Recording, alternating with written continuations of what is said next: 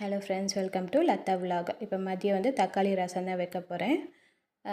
மிளகு 2 ஸ்பூன் எடுத்து வச்சுருக்கேன், மல்லி 2 ஸ்பூன், சீரகம் 2 ஸ்பூன், ஒரு 1/2 ஸ்பூன் வந்து வெந்தயம் எடுத்து வச்சுருக்கேன்.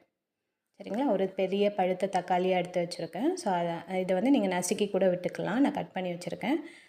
ஒரு இது கொத்தமல்லி, கருவேப்பிலை, 2 வந்து வரமிளகா, 5 பல் பூண்டு, மஞ்சள், உப்பு, பெருங்காயம் கொஞ்சம் போட போகிறோம். அப்புறம் புளியை வந்து ஒரு 1/2 அன் ஹவர் ஊற போட்டு அந்த தண்ணியை வடிகட்டி எடுத்து வச்சுருக்க திப்பியெல்லாம் எடுத்துட்டு, ஸோ இப்போ வந்து புளி கரைசலில் இதெல்லாம் ஆட் பண்ணிக்கலாம். தக்காளியை வந்து அந்த தக்காளி, கொத்தமல்லி, கருவேப்பிலெல்லாம் எடுத்து வச்சா இல்லைங்களா, இதை போட்டு கரைச்சிக்க போகிறோம். கையிலே தான் கரைச்சிக்க போகிறோம்.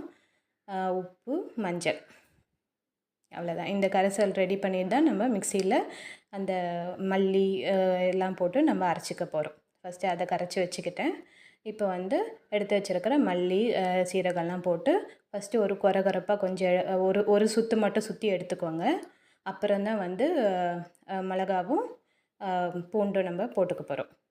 ஏன்னா ஃபஸ்ட்டே போட்டிங்கன்னா ரொம்ப மைய அரைஞ்சிடும். இது ரசத்துக்கு மட்டும் மைய அரையவே கூடாது. ஓரளவுக்கு ஒன்று பாதியமாக தான் அரையணும். பாருங்கள், திப்பியாக தான் எடுத்து வச்சுருக்கேன். இந்த அளவுக்கு இருந்தால் போதும்.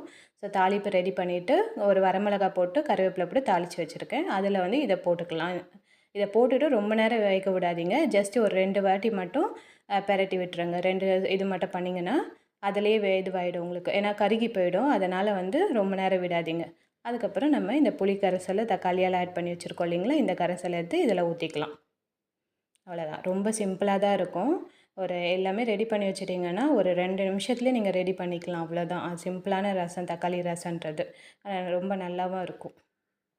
பாருங்கள், இதில் விட்டதுக்கப்புறம் இப்போ பெருங்காயம் வந்து 1 ஸ்பூன் போட்டுக்கிறேன். 1 ஸ்பூன்னா ஒரு ஒரு பிஞ்ச் அளவுக்குன்னு வச்சுக்கோங்க. அந்த அளவுக்கு போட்டுக்கணும்.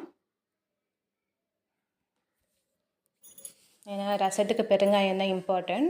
அந்த ஸ்மெல் வர்றதே நம்மளுக்கு பெருங்காயத்துலேருந்து தான். ஸோ அதை அப்போது ஒரு வாட்டி மட்டும் கலக்கி விட்டுக்கோங்க. அதுக்கப்புறம் வந்து ஸ்பூன் யூஸ் பண்ணாதீங்க.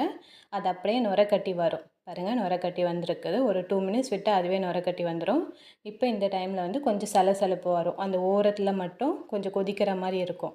அப்போ அதில் மட்டும் கொஞ்சம் தண்ணி ஊற்றி அந்த சலசலப்பை கொஞ்சம் நிறுத்திக்கலாம். ஏன்னா மொத்தமாக கொதிக்க விடக்கூடாது. ஓரளவுக்கு இந்த இடத்துல வந்து ஒவ்வொரு இடத்துலையும் வந்து உங்களுக்கு நுரக்கட்டி அந்த வர டைம்லேயே வந்து நீங்கள் ஸ்டவ் ஆஃப் பண்ணிடலாம். அவ்வளோதான், ரசம் வெந்துடுச்சு. ஒரு 2 நிமிஷத்துலேயே நம்மளுக்கு ரசம் வந்து வெந்துடும். பாருங்கள், தக்காளி ரசம் நல்லா டேஸ்ட்டாக இருக்கும். கூட வந்து வெண்டைக்காய் பெரட்டல் தான் ரெடி பண்ணியிருக்கேன். ஸோ காரமாக இருக்கும். ஸோ ரசத்துக்கும் வெண்டைக்காய் பெரட்டல்